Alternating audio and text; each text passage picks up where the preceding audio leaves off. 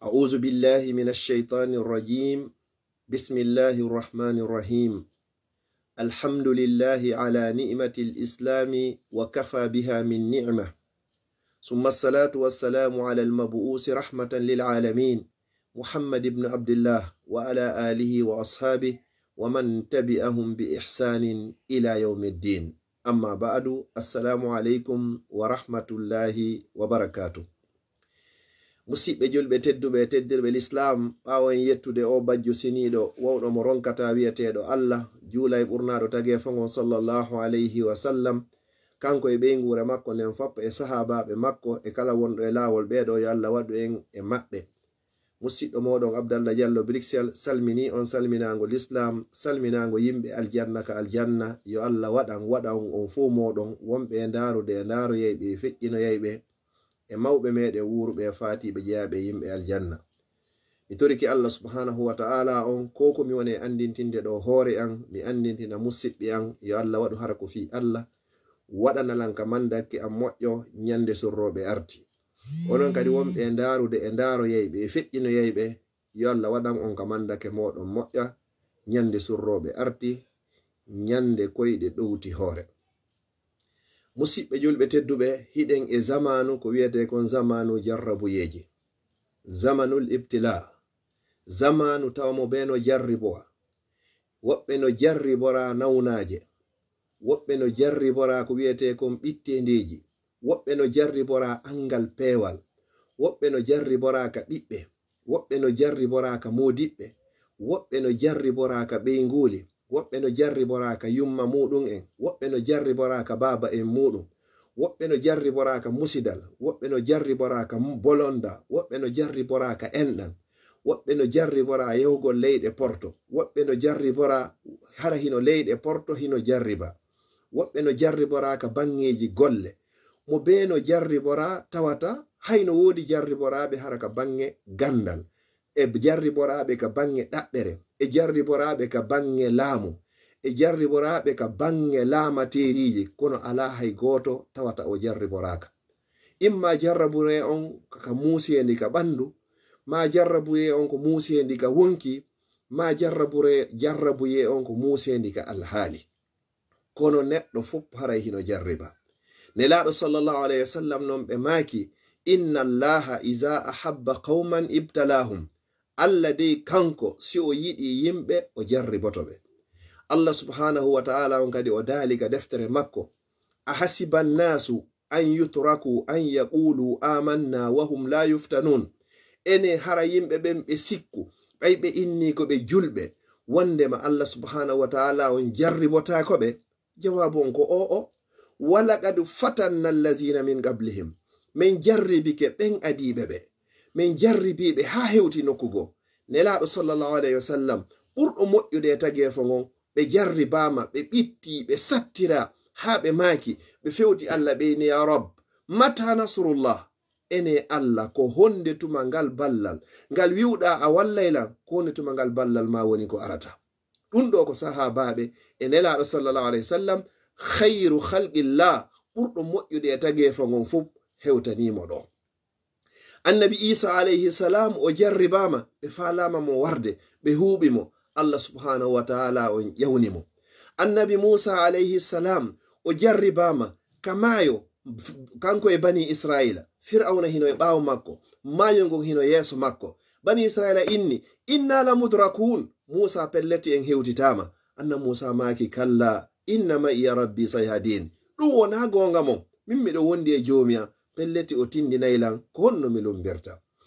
annabi Sulaymana o jarribama, annabi Dawud o jarribama, annabi Ibrahim khalilullah njatigijo Allah on o jarriborama ukkede e nder yiite. ɓeɗo fo ɓe jarribama. na fi a wi'i ko a julɗo tun sikka ko ni tun, a hasiban nasu an yutraku an yaqulu amanna wa hum la yuftanun. ko an julɗo non woni ko jarribete, sattendeji, sonjaji, soholaji, problémeji ɗi iwra cenɗe ɗen fop ha hewtande ka hewtanone nelaɗo sallallahu alayhi wa sallam mata nasrullah. ene ko honde tuma ngal ballal Allah woni ngal hewtata. Allah pesete,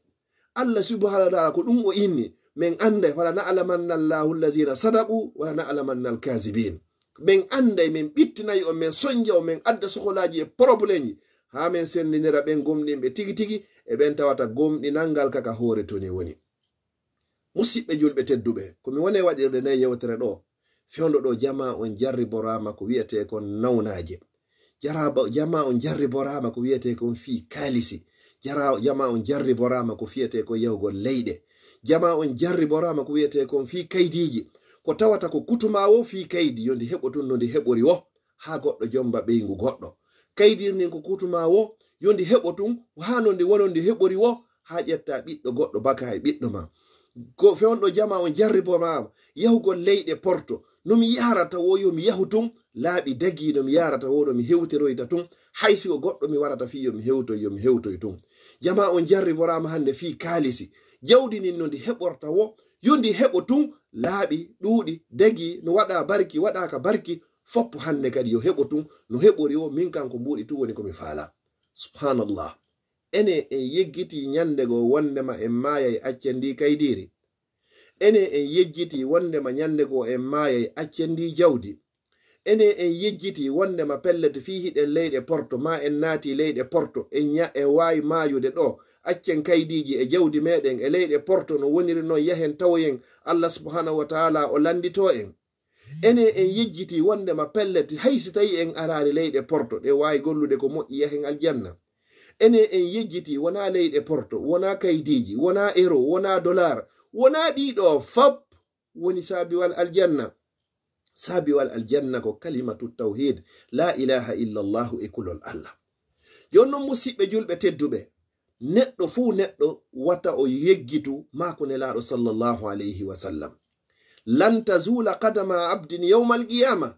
teppere bani adama ndeya tawtoyta ndeya ha o lande hatta yus'ala an arba, hatuma nde o landa piiji nayi a landoyte ɗin ɗon si ndeya teppere tawtoya ndeya. Wa an malihi no jeeya e muɗum jawdi makko nin, min ayna iktasaba wa fima anfaqa, ko honto ndi heɓi ko honto ndi dépensa. O be meɗen yo hasbiɗon hoore mum, sa walike antum daroɗa ko honno wonɗa heɓirde jawdi nin, sa heɓi jawdi nin kadi ko honto kay wonɗa dépensude du, ko honno kay wonɗa dépensirde jawdi ma nde. Mbuɗu mi landitoyte an kadi a landitoyte.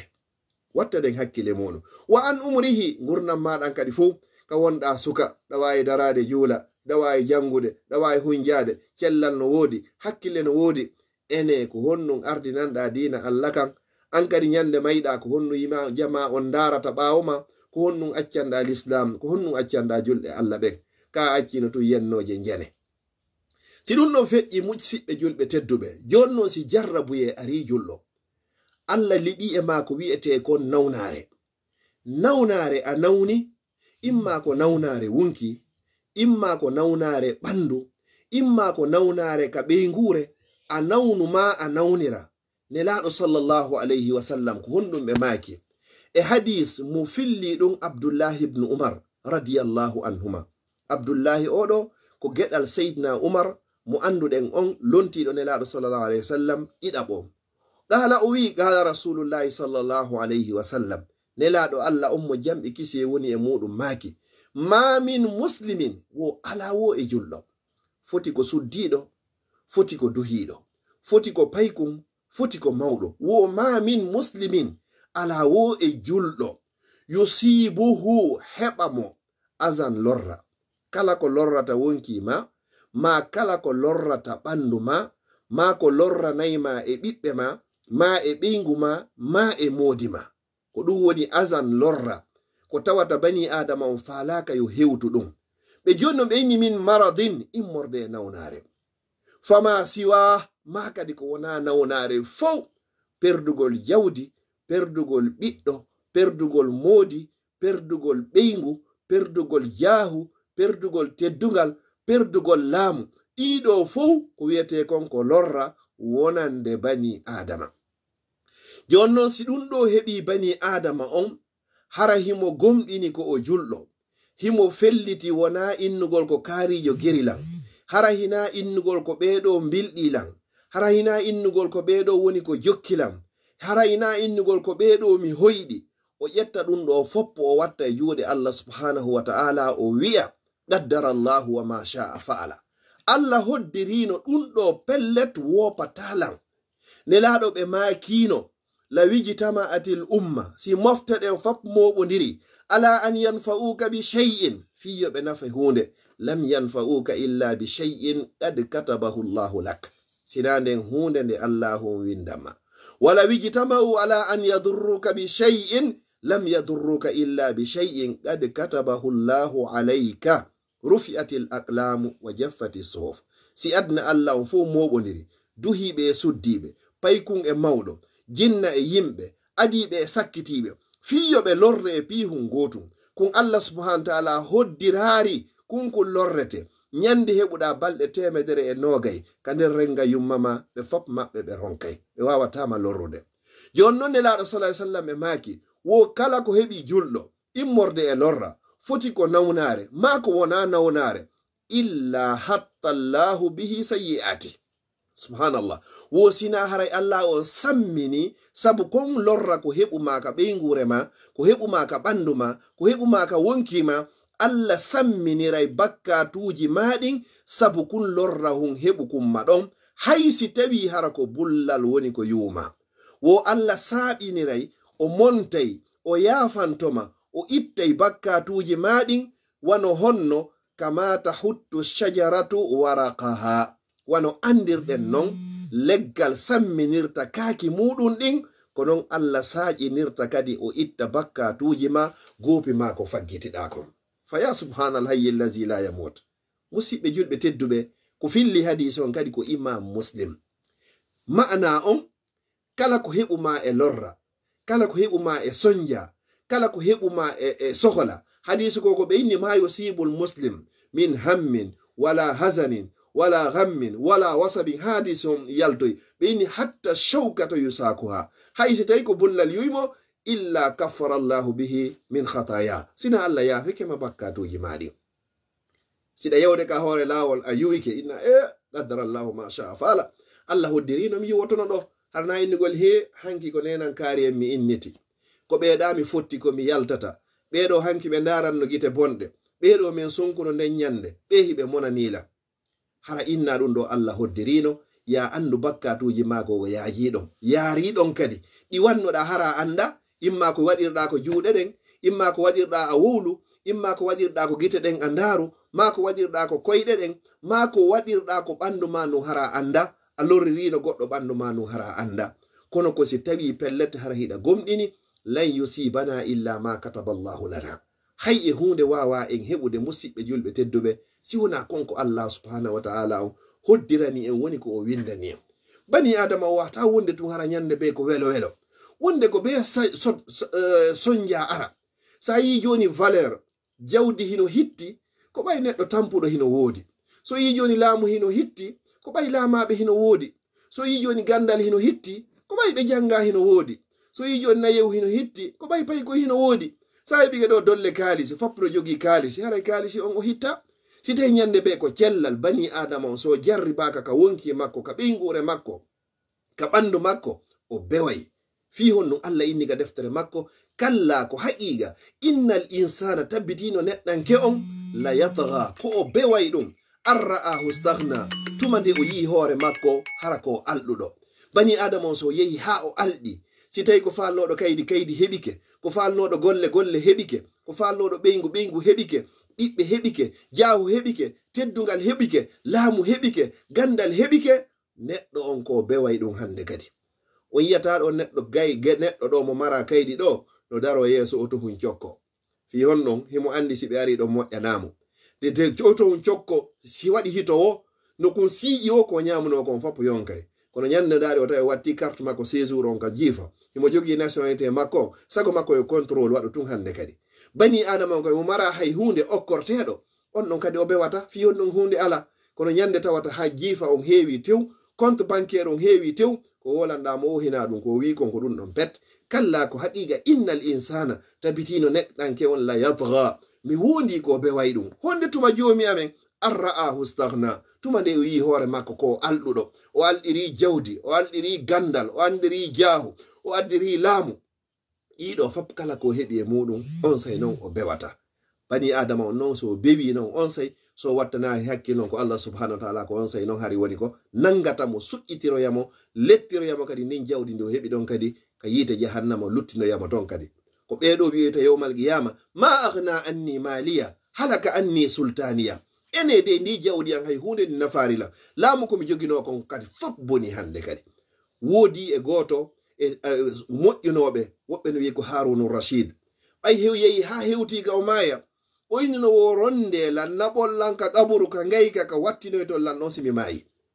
o ari o ndaari ngayka kan o tawi pellet ko ɗo woni waɗɗi ruttode makko o ndaari ngayka kan o tawi pellet ko ɗo o sakkitorta o anditi ko Allah daali minha khalaqnakum ko e ndi leydi woni ko men tagi on wa fiha nu'idukum ko ga kadi woni ko men ruttata on wa minha ko e mayri kadi nukhrijukum woni ko men yaltinoyta on taratan ukhra laawol goo kadi o anditi ton ko o laamino laamu makko ko jogino doole o anditi jawle ko acci hakkunde kange e kaalisi o anditi jihaɓe ko acci o anditi teddungal ko jogi o anditi o inni ma aghna anni maliya he ndi jawdi an hay hunde ni nafaari lan halaka anni sultaniya laamu an gongo halkike hande on say ko honno o waɗi o ndaari gaburo on ha hunde juuti lutti o ɓanti o ndaari kammo ngon dow ga o seede o inni yaman la yazulu mulku ko an tawayɗo laamu mo lannata few ko an yo Allah laamu ma lannata irham man qad zala mulku mi torike ma yurme o tawayɗo hande laamu makko ngo lanni lannude few ngo lanni halkade hande tigi tigi o wona min few mi torike ma yurme lan an jogiiɗo laamu mo lannata musidɓe julɓe tedduɓe ɓeyden imanu billah gomɗingol Allah hoolorgol Allah yongitorgol e Allah fawagol e Allah kala ko heɓuma fewto Allah subhanahu wa ta'ala toroɗamo hattirde e torade kala ko faalaɗa kon fewto Allah subhanahu wa ta'ala toroɗamo laɓɓina anniye ma on wa bi rabbil ka'aba wallahi Allah ho jaabinante mawɓe mamɓe makay wo Allah añana o toraka woni toromo hattirde e toragol hara haw jaari a heñaki a siccari a woopari a ronkari toroɗamo hattirde e torade woodi annabaɓe moƴƴuɓe torinoɓe Allah duuɓi Allah ho jaabinani ɓe an e ɓen hina on gotum kono ka o jaabinannoɓen an kadi o jaabinante Allah subhanahu wa ta'ala on o daali wa qala rabbukum ud'uni astajibu lakum wo joomi mon daali o noddi on ko min woni joomi mo torelan son tori kelan ton kadi mi jaabinanayi on o ini innal lazina yastakbiruna an ibadati ɓen mawnidirotoɓe toragollam min Allah ɓe inna ɓe torotako ma ɓe toriki ha ɓe ronkuyo jaabo sayadkhuluna jahannama dakhirin ɓe naata yiite jahannama hara ko ɓe hoytuɓe woodi rewɓe kadi moƴƴuɓe torinoɓe Allah woni duuɓi capanɗe kono Allah jaabinannoɓe Zulaykha kanko e annabi Yusuf alayhi salam o torino Allah duuɓi wonno duuɓi 55 ma duuɓi 50 si Allah jaabinanimo torare nden enen kadi duumoɗen a toroɗen Allah si a nawni ma a nawnirama wata taƴo andu pellet kadi kala ko wonma e muusude e ɓandu ma ndun kom harayɗa gomɗini subhanahu wa ta'ala andu bakkatuji ma hino montirede sera ɗon kanelaɗo sallallahu alayhi wa sallam ma min muslimin ala wo e julɗo yusibuhu mo heɓata ɗum azal lorra kanno min maradin immorde e nawnare o dewnan tum ɓe addi ɓay ko ɗum noon bani adama on ɓuri andude kañum ko lorra fama siwa ma ko wona ɗum ɗo kadi illa hatta allahu bihi sayyi'ati sina allahu on samminiri ɗum ɗon yaafori ɗum ɗon montiri ɗum ɗon bakkatuji makko kamata hutto shajaratu waragaha wano anduɗen leggal saƴinirta samminirta kaaki muɗum hara ɗi yoori hara hendu moƴƴundu hara hino waɗi Allah mi fewtima mi tori kema ko an woni toreteɗo ala toreteɗo si wona an ala jaabinowo si wona an ala mo men fewtata si wona an kala nawnɗo ma nawniraɗo ko mari cellal wo ko an Allah dikkin kala nawnɗo e nawniraɓe Allah men fewtira men tororima inɗe maɗen fop kala maapiɗo sonjiɗo jogiɗo sohla ka wonki muɗum ka ɓeygure ka wonki ka ɓandu ko wawi ittude ɗum wo ko an Allah mi torike ma ittanmo ɓe musidɓe meɗen sukaɓe meɗen wonɓe e hoore laawi kala ka ɓe woniri e hoore laawi ɗin hiɓe fokkiti lumbugol ko wawi ɓe renude ayna lumbina wo ko an Allah lumminɓe renaɓe aynaɓe kadi hewtinoyaɓe ka ɓe fokkit ton kadi moƴƴinanaɓe kadi wonunde ya rabbal alamin yeru enen lumbuɓe wontirɓe gaɗa yo Allah okkore jawdi laaɓundi ɗuɗundi dagindi waɗandi barki mo be ko sonjori kon yo Allah ittan mo sonja on mo be ko faala kon yo Allah huntan mo haaju ɓiɓɓe meɗen rewɓe haton jimɓe e dewle yo Allah okkorɓe modiɓe yurmanayɓe ɓe teddinaɓe waɗa barki e dewgal ngal. sukaɓe meɗen haton jimɓe e dewle yo Allah okkorɓe sonnoɓe moƴƴuɓe huloɓe Allah. en toriki Allah musidɓe meɗen haton jimɓe e kaydiji en kadi yo Allah okkorɓe wonduɗi nafa e barki. kala tawayɗo mawɗo muɗum fatike yo Allah o yaafo mo okka mo jannatul firdawsil ala waɗa gaburuji maɓɓe ɗin hara ko wenduji andu e wenduji aljanna. yeru luttuduɓe e mawɓe muɗum men fop yo Allah ɓoynidu e maɓɓe ha wawa so tawi luttay. mo beno wullitade fi fayɓe ɓen mo beno hulani fayɓe ɓen. en toriki Allah en tororimo bi asma'ihil husna wa sifatihil ula. ala wawɗo fewnude goɗɗo si wona o rabbus samawati wal ardi. Allah men torikema fewnana kala julɗo zurriya makko on ɓoyliɓen fop Allah artiriɓe e hoore lawol peewal. fewuɓen Allah on tabintinɓe waɗaɓe hunjiɓe alqur'ana e sunna. wa akhiran Allah men tororima kadi inɗe maɗen e inde ɓurde mawnude nde wurnu men e hoore o aduna fodde gurnan no moƴƴani men. Allah nyande anduɗa wondema pellet ko laakara woni ko moƴƴani men. Allah men torike ma ƴettitu wonkiji amen ɗi nde nyande wurnu men ko men julɓe ƴettita men hara ko men gomɗinɓe waɗu golleji amen ɗin fop hara ko sabu ma wona e gollirede woɗɗintinaɗi e yingo e nani. ربنا آتنا من لدنك رحمة وهيئ لنا من أمرنا رشدا ربنا هب لنا من أزواجنا وذرياتنا قرة أعين واجعلنا للمتقين إماما. وما كان من توفيق فمن الله وما كان من خطأ أو سهو أو زلل أو نسيان فمني ومن الشيطان والله ورسوله منه براء. وأعوذ بالله أن أذكركم وأنسى وأعوذ بالله أن أكون جسرا تأمرون به إلى الجنة وأغزى في نار جهنم. وصلى الله وسلم بارك على نبينا محمد وعلى آله وصحبه وسلم تسليما كثيرا. وآخر دعوانا أن الحمد لله رب العالمين.